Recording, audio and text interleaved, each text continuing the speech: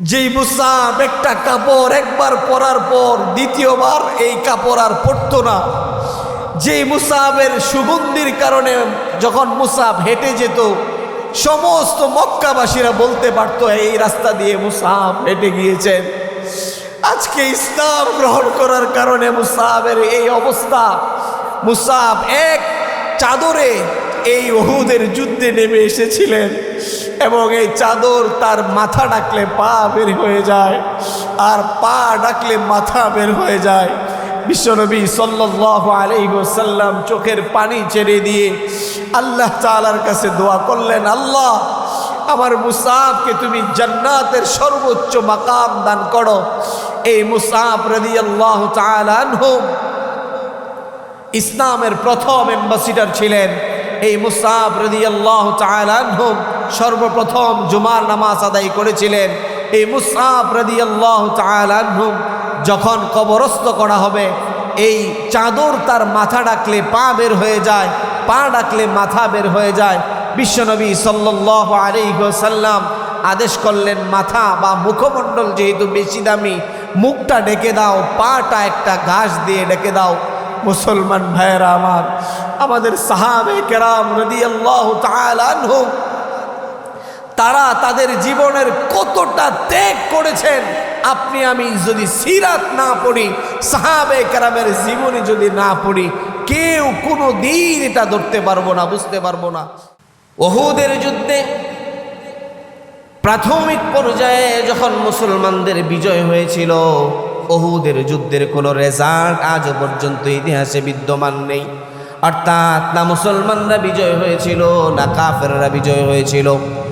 কিন্তু প্রাথমিক পর্যায়ে উহুদের যুদ্ধে মুসলমানদের খানিকটা বিজয় হয়েছিল। এই বিজয়ের সংবাদ যখন মুসলমানরা পেল, তখন বিশ্বনবী সাল্লাল্লাহু আলাইহি ওয়াসাল্লামের নির্দেশনাকে উপেক্ষা করে কিছু সংখ্যক সাহাবী গনিমতের মাল সংগ্রহ করার জন্য ময়দানে ঝাঁপিয়ে পড়লেন।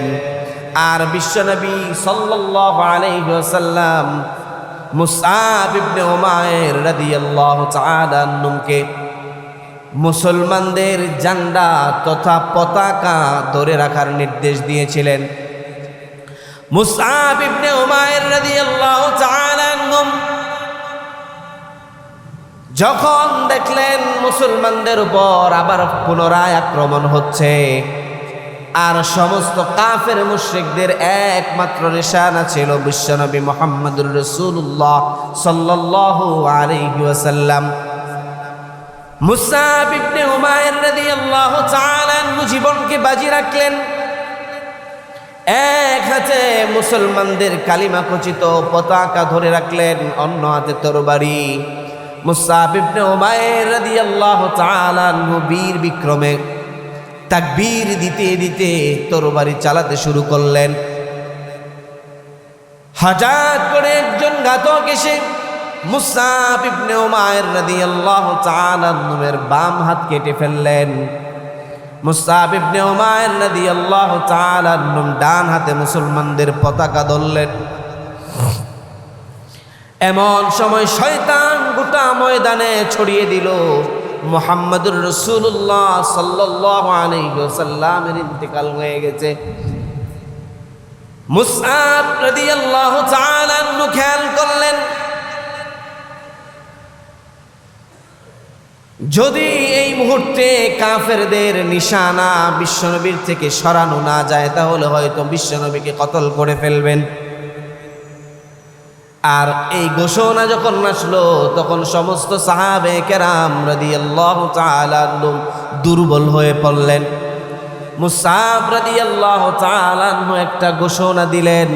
এই ঘোষণাটা আল্লাহ তাআলার কাছে এত পছন্দ হয়েছে, আল্লাহ রাব্বুল আলামিন কোরআনুল কারীমের সূরা আলে ইমরানের 144 নম্বর আয়াতে আল্লাহ ঘোষণাটা জানিয়ে দিলেন।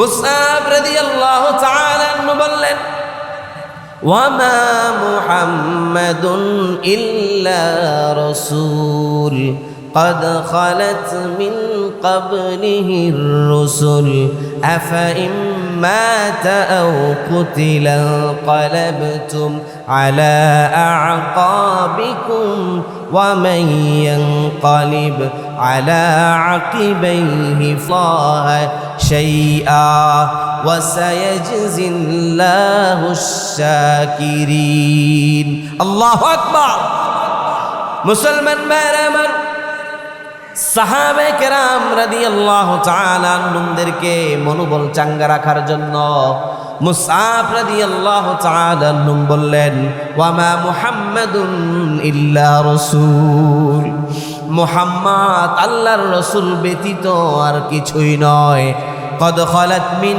ক্বাবলিহির রাসূল তার পূর্বেও বহু মানুষ বহু নবী রাসূলগণ এই জমিন থেকে গত হয়েছেন অতএব মুহাম্মদুর রাসূলুল্লাহ সাল্লাল্লাহু আলাইহি ওয়াসাল্লাম যদি ইন্তেকাল করে থাকেন তাহলে কি তোমরা তোমাদের পূর্বের ধর্মে ফিরে যাবে আর যদি তোমরা তোমাদের পূর্বের ধর্মে ফিরে যাও তাহলে আল্লাহ রাব্বুল আলামিনকে বিন্দু পরিমাণ ক্ষতি করতে পারবে না আর যারা এই ধর্মেই বহাল থাকবে আল্লাহ তাআলা তাদের জন্য পুরস্কার রেখেছেন এবং ওয়াসায়াজিল্লাহুশ শাকিরিন আল্লাহ তাআলা তাদের জন্য মহা পুরস্কার জান্নাতের ব্যবস্থা রেখেছেন মুসআব রাদিয়াল্লাহু তাআলা আনহু এই ঘোষণা করার পর মুসআব রাদিয়াল্লাহু তাআলা আনহু এক হাতেই যুদ্ধ করতে শুরু করলেন এবং মুসআব রাদিয়াল্লাহু তাআলা আনহু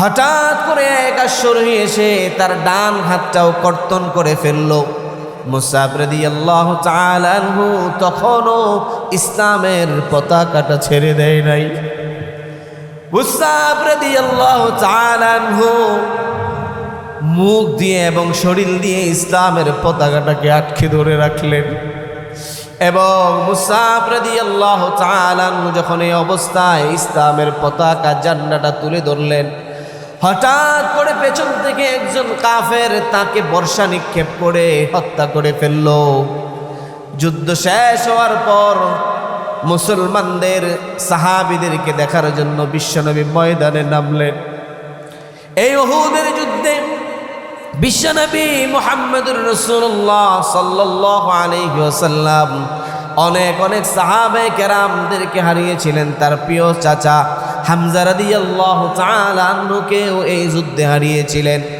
কিন্তু বিশ্বনবী যখন মুসআব রাদিয়াল্লাহু তাআলা আনহুর কাছে গেলেন সাহাবে কেরাম রাদিয়াল্লাহু তাআলা আনহুম তারাও অজরে কাঁদলেন এবং বিশ্বনবী অজরে কাঁদলেন এবং বিশ্বনবী সাল্লাল্লাহু আলাইহি ওয়াসাল্লাম বললেন মিনাল মুমিনিনা রিজালুন সাদাকু মা আহাদুল্লাহ আলাইহিম ফামিনহুম মান ক্বাদা বিশ্বনবী মুহাম্মদুর রাসূলুল্লাহ সাল্লাল্লাহু আলাইহি ওয়াসাল্লাম মুসআব রাদিয়াল্লাহু তাআলা আনহুর ব্যাপারে বললেন এমন কিছু মানুষ আছে যারা আল্লাহ তাআলার সাথে কৃত ওয়াদা পালন করেছে এবং এমনও কিছু মানুষ আছে যারা ওয়াদা পালন করার জন্য এখনো চেষ্টা করছে এবং এমনও কিছু মানুষ আছে যারা ভবিষ্যতেও আল্লাহ তাআলার সাথে কৃত ওয়াদা পালন করবে মুসআব রাদিয়াল্লাহু তাআলা আনহু বিশ্বনবী সাল্লাল্লাহু আলাইহি ওয়াসাল্লামের ওনাকে যে আমানত দিয়েছিলেন ইসলামের যে ঝান্ডা ওনাকে দিয়েছিলেন এক হাত চলে যাওয়ার পর আরেক হাতে ধরলেন আরেক হাত চলে যাওয়ার পর মুখে এবং বুকে এই মুসলমানদের পতাকাকে আগলে রাখলেন যখন তাকে হত্যা করা হলো তখনও তার শরীরের সাথে মুসলমানদের ঝান্ডাটা আটকে ছিল মুসলমান ভাইরা আমার মুসআব ইবনে উমাইর রাদিয়াল্লাহু তাআলা আনহু যিনি মক্কার এমন সুদর্শন যুবক ছিলেন যাকে মক্কার যুবকরা আইডল মনে করত যার বাবা ছিল সব মক্কার সবচাইতে বড় ধনী ধনকুব এবং তিনি এমন এমন কাপড় ব্যবহার করতেন ওই সময় মক্কার কোনো অন্য ধনীরাও এত দামি কাপড় ব্যবহার করার সুযোগ ওই সময় কারো ছিল না। কিন্তু মুসআব ইবনে উমাইর রাদিয়াল্লাহু তাআলা আনহু যখন এই ইসলাম গ্রহণ করলেন, তার উপর নেমে আসলো অমানবিক নির্যাতন। তার মা তার সমস্ত ভোগবিলাসিতা কেড়ে নিল। এবং মুসআব রাদিয়াল্লাহু তাআলা আনহু যখন উহুদের যুদ্ধে যখন তিনি ইন্তেকাল করলেন, বিশ্বনবী সাল্লাল্লাহু আলাইহি ওয়াসাল্লাম সাহাবে কেরাম রাদিয়াল্লাহু তাআলা আনহুমদেরকে বললেন, মুসআবকে যেভাবে আছে সেভাবেই দাফন করে দাও। সাহাবে কেরাম রাদিয়াল্লাহু তাআলা আনহুম বিশ্বনবী সাল্লাল্লাহু আলাইহি ওয়াসাল্লামকে বললেন, ইয়া রাসূলুল্লাহ, যেই মুসআব একটা কাপড় একবার পরার পর দ্বিতীয়বার এই কাপড় আর পরতো না, যেই মুসআবের সুগন্ধির কারণে যখন মুসআব হেঁটে যেত সমস্ত মক্কাবাসীরা বলতে পারত এই রাস্তা দিয়ে মুসআব হেঁটে গিয়েছেন, আজকে ইসলাম গ্রহণ করার কারণে মুসআবের এই অবস্থা। মুসআব এক চাদরে এই উহুদের যুদ্ধে নেমে এসেছিলেন এবং এই চাদর তার মাথা ডাকলে পা বের হয়ে যায়, আর পা ডাকলে মাথা বের হয়ে যায়। বিশ্বনবী সাল্লাল্লাহু আলাইহি ওয়াসাল্লাম চোখের পানি ছেড়ে দিয়ে আল্লাহ তাআলার কাছে দোয়া করলেন, আল্লাহ, আমার মুসআবকে তুমি জান্নাতের সর্বোচ্চ মাকাম দান করো। এই মুসআব রাদিয়াল্লাহু তাআলা আনহু ইসলামের প্রথম অ্যাম্বাসিডার ছিলেন। এই মুসআব রাদিয়াল্লাহু তাআলা আনহু সর্বপ্রথম জুমার নামাজ আদায় করেছিলেন। এই মুসআব রাদিয়াল্লাহু তাআলা আনহু যখন কবরস্থ করা হবে, এই চাদর তার মাথা ডাকলে পা বের হয়ে যায়, পা ডাকলে মাথা বের হয়ে যায়। বিশ্বনবী সাল্লাল্লাহু আলাইহি ওয়াসাল্লাম আদেশ করলেন, মাথা বা মুখমণ্ডল যেহেতু বেশি দামি, মুখটা ডেকে দাও, পাটা একটা ঘাস দিয়ে ডেকে দাও। মুসলমান ভাইয়েরা আমার, আমাদের সাহাবে কেরাম রাদিয়াল্লাহু তাআলা আনহুম তারা তাদের জীবনের কতটা ত্যাগ করেছেন। আপনি আমি যদি সিরাত না পড়ি, সাহাবে কেরামের জীবনী যদি না পড়ি, কেউ কোনো দিন এটা ধরতে পারবো না, বুঝতে পারবো না। এই জন্য আপনাদের পায়ে হাত রেখে বলতে চাই, সাহাবে কেরামের হেকায়েতে সাহাবা অনেক কিতাব আছে, এই কিতাবগুলো নিজেরা পড়াশোনা করেন, সাহাবীদের জীবনী দেখেন। আজকে আমি আপনি আমাদেরকে মুসলমানদেরকে গালি দিয়ে বসে যে মুসলমানরা ক্ষমতার জন্য তারা বিশ্বনবী সাল্লাল্লাহু আলাইহি ওয়াসাল্লামকে পর্যন্ত গালি দেয় যে ক্ষমতা আসার জন্য তারা যুদ্ধ করেছেন। কিন্তু আপনি ইতিহাস আর সিরাত যদি পড়েন, মুসলমান বারবার আল্লাহ তাআলার একত্ববাদের দাওয়াত দিয়েছেন। তারা একত্ববাদ গ্রহণ না করলে তারপর 5-7 বার দাওয়াত দেওয়ার পর পরবর্তীতে যুদ্ধের আহ্বান করা হয়েছে। অতএব সাহাবায়ে কেরাম যেই পরিমাণ ত্যাগ এই দ্বীনের জন্য করেছেন, তাদের জীবনের সব ত্যাগ করেছেন। এই যে সুমাইয়া রাদিয়াল্লাহু তাআলা আনহা, তার লজ্জাস্থানে বর্ষা নিক্ষেপ করে তাকে হত্যা করা হয়েছিল। আম্মার বিন ইয়াসির রাদিয়াল্লাহু তাআলা আনহুকে এমন গরম উত্তপ্ত বালির উপর শুয়ে রাখা হতো। বেলাল রাদিয়াল্লাহু তাআলা আনহুকে বেলাল রাদিয়াল্লাহু তাআলা আনহুকে বলতো, আমার শরীরের চর্বি দিয়ে আগুন নিবানো হতো, আগুনের উপর আঙ্গারের উপর রেখে তাদেরকে টেনে হেঁচড়ে তাদের শরীর থেকে রক্ত মাংস আলাদা করা হতো। বেলাল রাদিয়াল্লাহু তাআলা আনহুকে গলায় রশি বেঁধে তায়েফের যুবকদের কাছে ছেড়ে দেওয়া হতো। যুবকরা তাকে গরু ছাগলের মতো টেনে হেঁচড়ে বেড়াতো। গলার মধ্যে অনেক সময় দাগ পড়ে যেত, তারপরেও তারা ইসলাম থেকে চুল পরিমাণ বিন্দু পরিমাণ লড়ে নাই।